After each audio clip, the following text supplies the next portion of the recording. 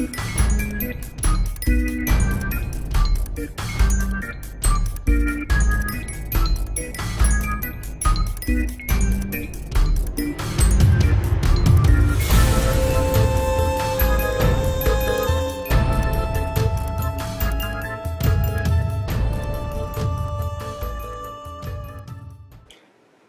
everybody, it's Doug here, Doug Mystic Eye on Board Game Geek. Getting ready to start our first turn of the scenario, the Mad King, which is I think the second or third scenario in the main rulebook for Myth. In it we are trying to stop the Beggar King by first assaulting his caravan of goods, and that's where this starts off.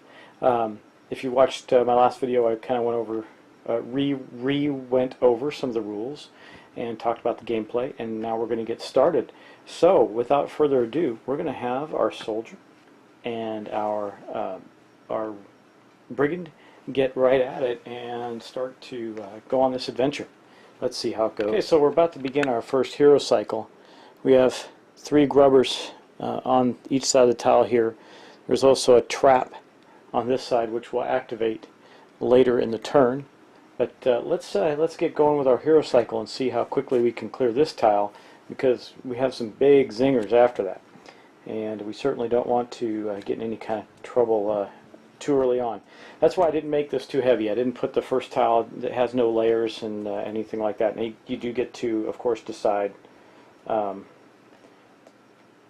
whether or not you're going to have those in the game. So that's pretty cool. So let's see here. Let's see what we're going to do. I think we're going to start with our soldier, and he's going to, I think, going to make a big move so he can play this. This is only one target attack. I don't know how well that's going to help him. Maybe he won't run up to them yet. I don't know. We'll see. I think, well, because we want to be able to kill 3 in a shot. Maybe we'll both run to the same side. That way the trap won't get us. The trap only moves 2 in the refresh phase towards the heroes. So let's do this. And you see that, well, that would be an action, so we wouldn't be able to attack anybody if we take a sprint move. I do have 2 sprints. That's going to add 3 to our movement. We could get right up to the grubbers, but that's going to allow them to attack. I do have an interrupt here from our hero, our soldier hero, that can stop one incoming attack. It says it's parried. Now, parried, dodged, any of those terms simply mean that the attack did not hit. So, you know what? I think we're going to start off that way. We're going to, first thing we're going to do is play sprint. It's going to add 3 movement. It is an action, so that's really all that our soldier is going to do. We'll see here, he's going to go 1, 2, that's his base movement, 1, 2, and 3 to stand right in the middle of those guys there. And that will be his hero cycle action. Now, I'm not planning on him doing any more. He's got a defensive action. He can parry one of the attacks, and I do believe that our rogue is going to get to do something as well. Let me think about that. Okay, yeah, here's what we're going to do. So he's going to move 2, and then he's going to, well, he doesn't have to move 2, he can move, yeah, he'll move 2. Here's what we're going to do. We're going to get him in shadows. So we're going to move him 2. Now if you look at the board, he's right here. We're going to go 1, 2, and then we're going to play 1 with the darkness. It is an action. Shadows, it's an ongoing card, can only be noticed and attacked by adjacent enemies. They need a target number of 6 to notice. Now remember, he's got his blanket, so they're going to need a target number of 7. So here's how this looks right now. We've taken up his first action slot, and we're going to take his miniature off, and we're going to replace it with his shadow figure, and it's right there where he moved. So he moved, well, I take it back. He was here, yeah, 1, 2, he's right there in shadows. So that actually is going to end our hero cycle for the first turn. Not very active. Now, the next step that we're going to do, since there was no activation of the enemies, in fact, well, we did have the sprint card, I should have noted, does increase our action points to 1, so there is a number on the track. But since he did not attack, the threat, everybody's threat's still very low. We're not going to see much happen this hero cycle, so let us continue on. So the darkness actually doesn't do anything because we haven't gotten to a place on the board where we're going to have a reaction from the enemies. So the next thing that happens is we get to, since both characters played cards that didn't loiter, they did actually increase move and do all that good stuff. Yeah, but again, no activation, so we don't have to do anything. I think for our soldier, he's going to keep, we can keep one card and then discard the rest. We're going into what we call the hero deck phase. And the first thing we do is we, actually, you know what, if at least, oh okay, at least not one action point is spent during the hero cycle, remove a treasure token. Well, there was. The soldier in his sprint did spend a action point, so we don't have to remove a treasure. But here is, I think, the card he's going to keep. He's going to keep Devastation, or Devastate rather. He's going to remove this. This will go into his discard pile. The sprint. All of these other cards will go into his discard pile, and he's going to draw 4 more. So he's getting. He has an attack. That's not bad. I'm hoping for something Battle Roar. And Harvest of Bones, this is kind of one of the ones I was looking for, or hoping for, that he would get. And then one more, up to 5, is Your Mother's a Crawler. It's basically, it forces all enemies to advance and attack on him. It says, threat range, this soldier, each rage increases the threat range, not threat, by +1 square. Okay, so that's going to be his set of cards. Now we're going to do the same thing with our Brigand. It will also, by the way, well, we'll get to that in a minute. I think he's going to keep, yeah, he's going to keep Shadow Touch as the card. He's going to discard all of these, and we're going to draw 4 more, so we get these 2, Hustle and Cunning. It adds to it plus D10 to a non-combat action, so like disarming the trap, for example, and Dirty Tactics. So far we do have one thing that's going to allow for us to kill 3 enemies at a time, but that's with the soldier. So that's actually the end of there's no threat reduction because they didn't have any threat. That's going to end the hero deck phase. Now we go into the refresh phase. Well, since there are numbers of a creature type that are still alive on the board, this will increase the action points by 1. Then we would have any ally actions or the results of a quest or the status results. Now we do have a trap though, and that trap is going to activate in this phase, the refresh phase. So as I look at this this trap, this is the whirlwind of steel. What it's going to do is move 2 movement points using proximity of the heroes as its first driver. So it will go like this. It's going to go 1, 2. I don't believe it has any range. I'm going to look that up. So I think it can only attack the ones that it's in a space with. Let's see, range is 1 square, so it does not attack the hero yet, but it highly likely will in the next segment. So basically, that is going to be the first full turn. We go into cleanup after that. There's nothing to clean up yet. So that is the first full turn of our our cycle, and now we're going to go into the next hero cycle and continue on. Okay, so we're going to start with our soldier. He's up here on the board, and we're going to play his Harvest of Bones ability. It does increase the action points on the darkness board by 2. But he can basically, in facing this direction here, he's going to be able to make an attack on all 3 of the creatures there. We could add some rage. It would add some additional attacks, but he doesn't need to. There's only 3. If you can see here on the card, it shows 1, 2, 3 from that angle. And if he's facing them, looking right at them, that is the angle that he needs to attack. So that is the action that we're going to take. We don't need to move or do anything else, so I just need to get the dice, and we're going to roll some dice.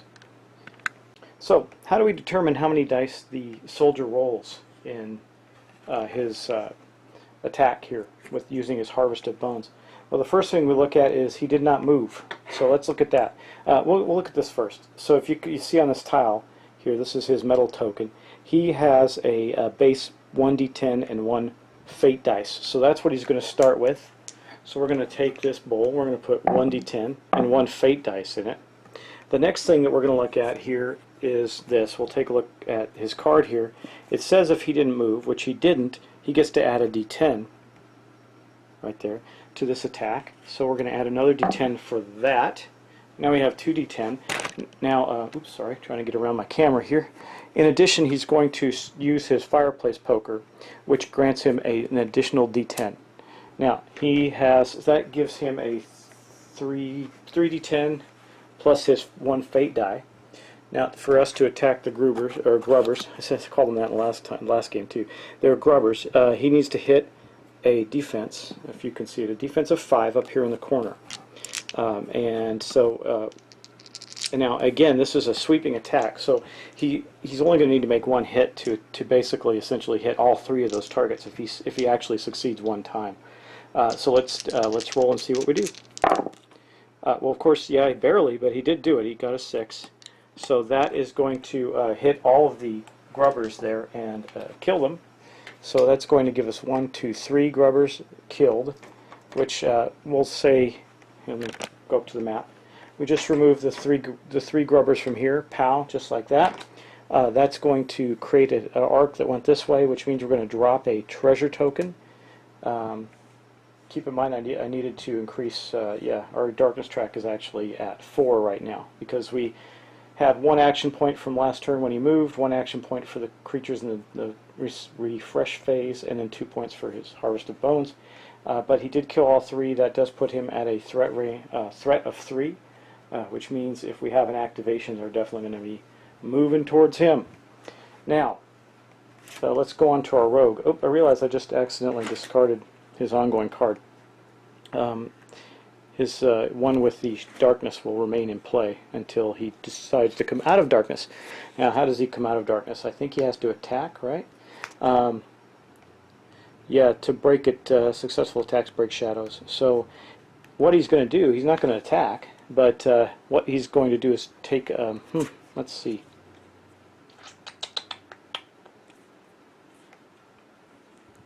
He could, well, I'm looking at his cards here and seeing what he wants to do. He has a number of things he could do. Could do that, but I think what we're going to do is just move him and collect that treasure. Let me think about that for a minute. Maybe not. Maybe we'll move him to go start dealing with the trap. He doesn't have to attack it. Let me think about this for a moment, and I'll be right back to wrap up this hero cycle. Okay, Brigand's going to change his tactics a little bit. He's going to play a hustle card, which is both an action and a reaction. It does increase the darkness track by 1. He's going to make his way over to the other grubbers because the trap can't act, as I understand it, and I'm going to play it this way because it would make sense, that the trap can't actually detect him. He's hiding. It's going to be based on proximity. I don't think he's going to be closer to the trap than the soldier anyway.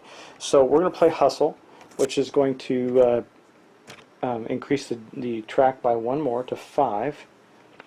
Okay, and then he will move 1, 2, 3, 4 over to here towards the other enemies.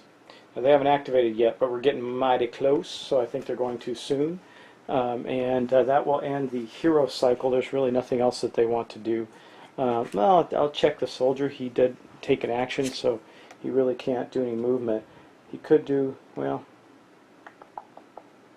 yeah, he's not going to do anything else. That's where he's going to save his turn there. Well, he could do all heroes receive. That's just going to be for the face. Yeah, he's not going to do anything else. That's going to be the end of his actions. So that's going to take us to the, well, it would take us to the, there's no darkness phase because we haven't activated the darkness yet. And that's going to take us to the hero deck phase of the cycle where we actually start to think about replacing our decks. The first thing we're going to do with the soldier, since he did generate threat, is we're going to reduce it See, 1, 2, 3. So he's going to reduce it by 3 back down to nothing. And that's okay. The trap has a proximity trigger on it more than anything else, and the Grubers do go by threat, or Grubbers, they go by threat, however they got to activate first, and they haven't done that yet. So let's move out to that. We've reduced our threat. Now we're going to play or get rid of our cards. So we get to keep one card, discarding the soldier's harvested bone since he used it. I think that I may, there's not a lot of creatures on here. What we may do is just keep an attack around. This one can be devastating if something big comes out. This is a massive attack. It actually does 3 points of damage. Either one of these is fine. I think we'll just keep the devastating in just in case. I don't know why. I like the fact that he can do that much damage at once. And then we're going to draw 4 more cards for him. There's 2 of them. Battle Rage and Hustle. Third one is another Harvest of Bones. That's pretty good. And then Drawing the Ire. So I haven't seen this one before. It says receive all attacks meant for one other hero within 3 spaces. That's a good one, so he can absorb the attacks of other heroes. In this case our Brigand, but no one can see him right now, and he's not adjacent to any targets that could detect him. So let's do the same now with the Brigand. We're going to keep something. Let me see, what are we going to keep? I kind of like this Cunning card. We're going to get more attacks. One of the reasons I want to keep the Cunning card is that it'll help him if we go after this, well, when, rather, he goes after this trap. So we're going to discard the Hustle, the Shadow Touch, and the Dirty Tactics. We're going to, of course, the one with Darkness stays in play because he hasn't broken Shadows yet. And we're going to keep the Cunning card.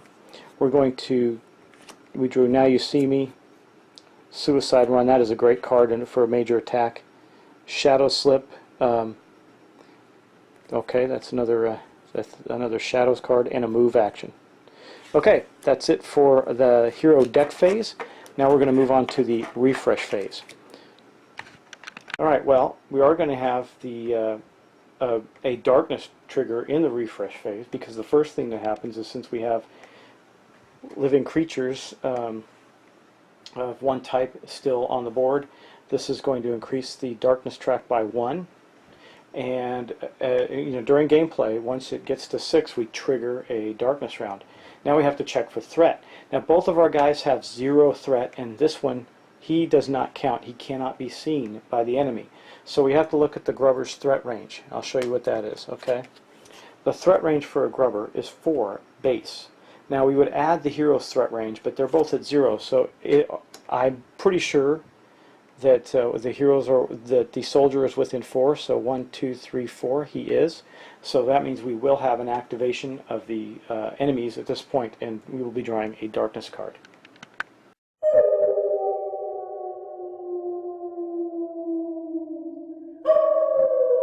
Wow, this one, this one's kind of rough. Again, this is from the Terror with 1,000 Legs Darkness deck, which is the only one available currently.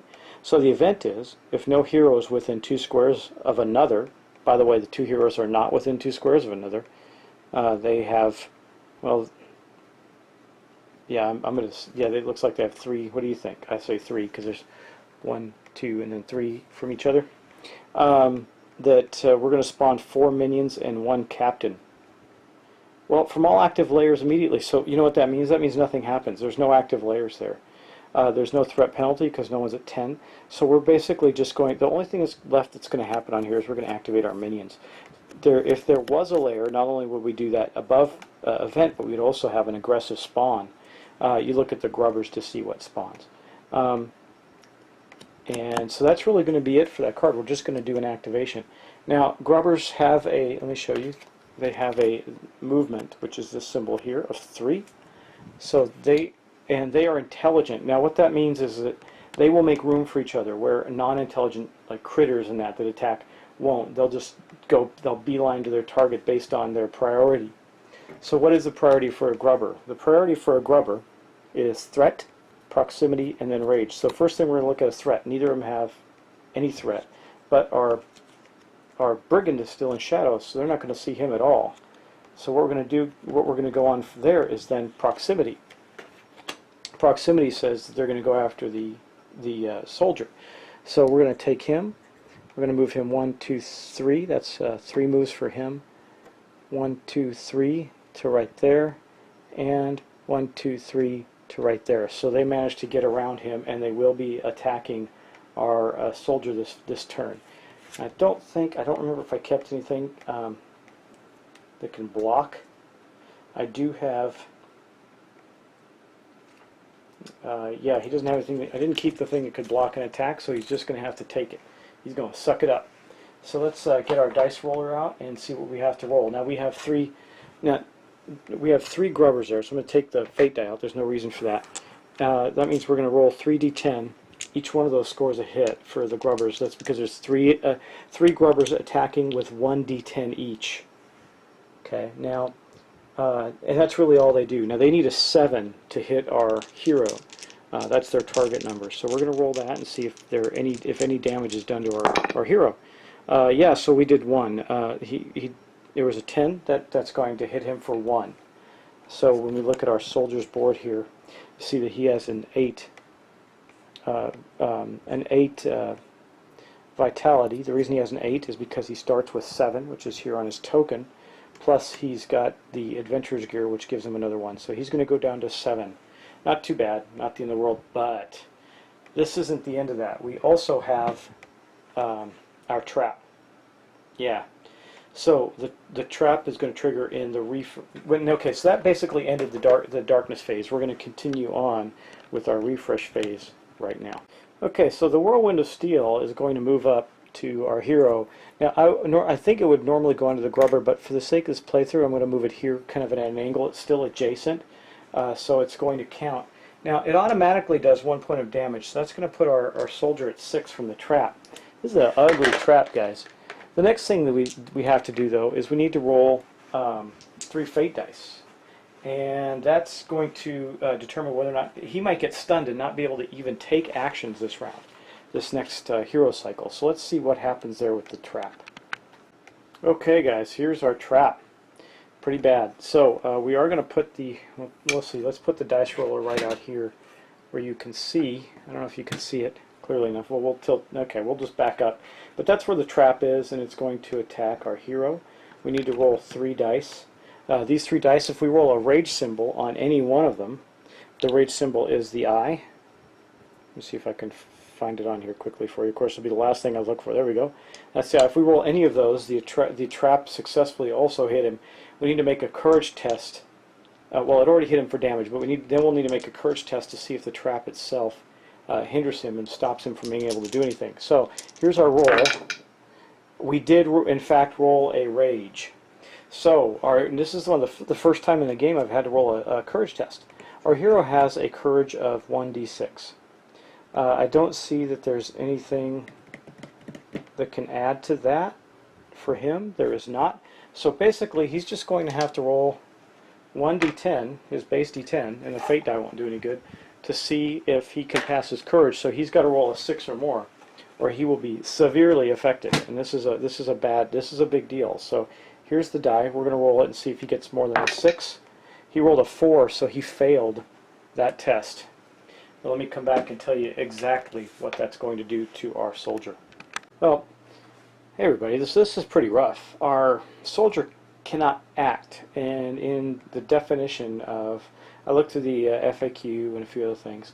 I can't find anything that specifically defines the term cannot act. I have to assume that means take no actions. And so I'm going to say that him being attacked, he cannot act. He just paralyzed, I guess, with fear or whatever. He's lost his ability to do anything. I could assume also that action. I'm going to continue to look this up before we finish this turn, but I'm just going to show you, even with all this data that I have in front of me, I've run into something that I am uncertain of and must dig deep to find the answer for. What does the term cannot act specifically mean? Does that mean play an action card, which is an action, do anything that spends action points? Can I react or counteract? I don't know. I'm going to assume the answer is no. And do nothing. That's what I'm assuming right now. I'm going to keep looking though, and if I find something different, we'll figure that out when we come to it. Okay, so that basically ends the refresh phase. We have a cleanup phase in which we didn't do anything, and then we're going to go to the next heroes phase. Now, the problem that we have here is that our soldier, I didn't put a token down or anything, I can remember this, it's just the two of us playing. The soldier cannot act. But I did keep this die, this thing as a D10 to a non-combat roll, and my rogue, my brigand. Now remember, he stays in shadows until there's a successful attack. An action to go against that trap is not an attack, so he's going to remain in shadows. Is that a good idea? I don't know, but he will be adjacent, so he is going to get attacked by the trap next turn, I believe, automatically. So at least we'll see. At least we won't have a darkness activation. What we're going to do, though, is we are going to start with him, of course, because he's the only one that can actually do anything. And we're going to play Cunning. Now, here's the other problem. We are going to lose a treasure because we are loitering. Loitering in that the soldier cannot act. And at this point, well, we'll see. Maybe that won't be the case. We'll see. I may still be able to, because I can still take an action. I can use Cunning as a reaction and still take an action, which I may do. Let's see. Yeah, I might do that. Okay. Anyway, here's what we're going to do. We're going to go 1, 2 here with our Cunning. We can make a full movement. We can even make an aggressive movement, and we're going to attempt 2 disarms rolls against that that trap, and see if we can't start to disarm the trap there. So we moved our guy up, just so you can see. We moved him to here, and we're going to attack the trap there. Okay, guys. So here we have our dice roller out, and we're going to roll 2d10 because we played the Cunning ability. We're going to make an attempt to disarm, or 1 disarm attempt on this trap. We actually need 3. So this will be our first one, and we get 2 dice rolls. That doesn't mean we get 2 if we succeed twice. We get to actually do 2 disarms. We only get 1, but we'll be successful. And we did. We got a 4 and an 8. I believe the TN to disarm this trap is a 5, so we succeeded once. And that means what I'll do is I'll use one of these tokens here. I'll put it right here on the board to show that we have successfully got 1 disarm attempt against that trap. Now we are also adjacent to one of the enemies, and I definitely don't want us to loiter because I want to be able to pick up the treasure. What we can do here is I can do this card. It says yes, I can do an aggressive movement, which would be now actually, because we did move and we spent our movement disarming that trap. So it says I have to be optional if I'm in shadows or shadows reach. Attack all targets moved through. Move 2 squares. Hustle cards may be added. So let's go to the table and do that. All right. So playing the suicide run, we're going to put this card down here. That will advance the action points back to 1. Because this is going to require a. This consumes the suicide run, bumps our action points up by 1. It's going to mean we move 2. It doesn't say it has to be in a straight line. It just says move through 2 squares. So we're going to move 1, 2, and end up right underneath this guy. That will count as attack. So yeah, it says each adjacent enemy. So we'll just move straight up here. That will put us out of range of the trap, hopefully, and we'll come out of the shadows, having attacked here and done our suicide run. Now let's see how that ends up for us now. We're going to get out the dice and do some damage. Now, we did not play a hustle, so we didn't have to, and I've already taken a reaction and an action now, so we're good. But we are going to get some dice. Now, this card, unfortunately, we're going to lose our one with darkness card. However, I have Shadow Slip, which will put us back in there, I believe. I have to read it and make sure. But anyway, we did our run through there.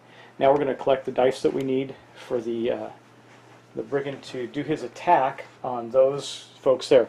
So he gets 1 for his 1d10 and 1 fate die for his base attack roll, and he's using his sharpened butter knife.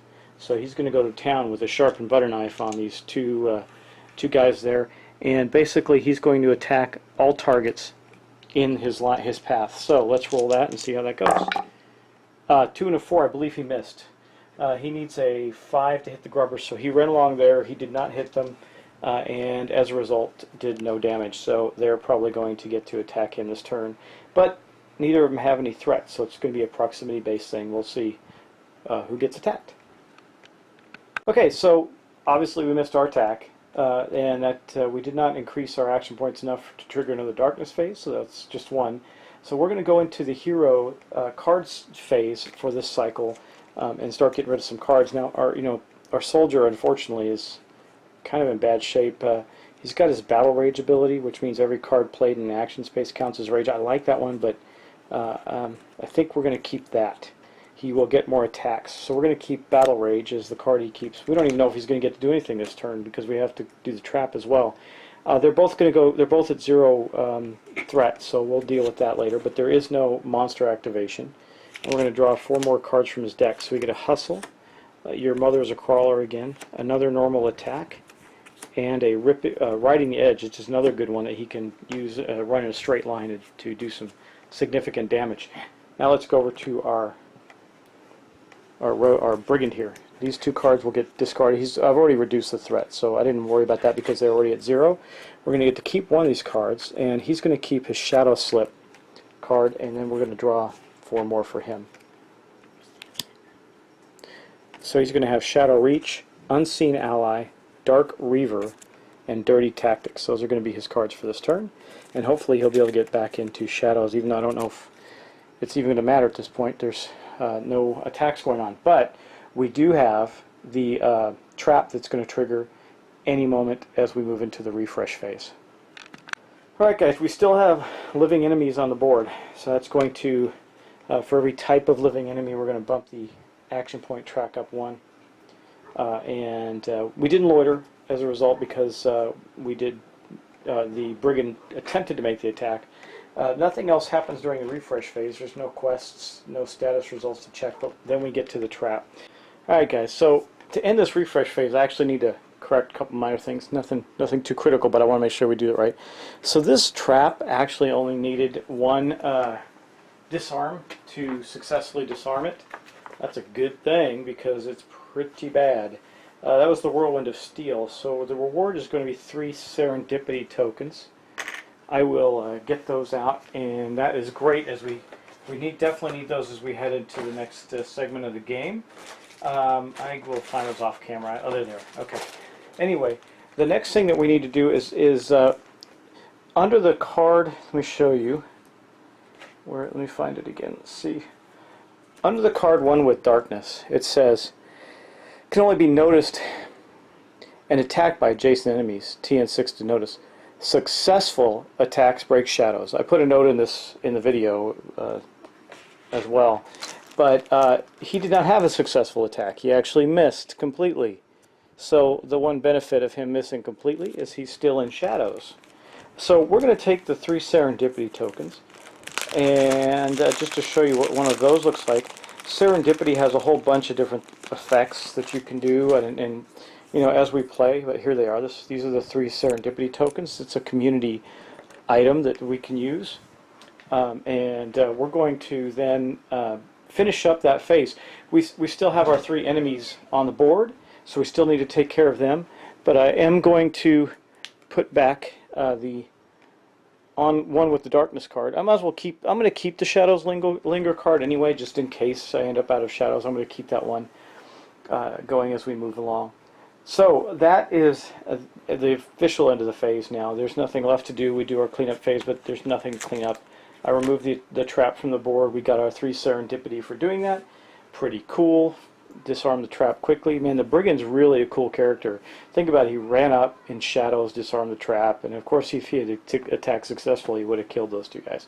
But anyway, I'll see you next time. So thanks so much for watching. I appreciate it, and when next we come together, the heroes will finish off this tile, move to the next one where they will be needing to assault the caravan of the Mad Beggar King. See you then.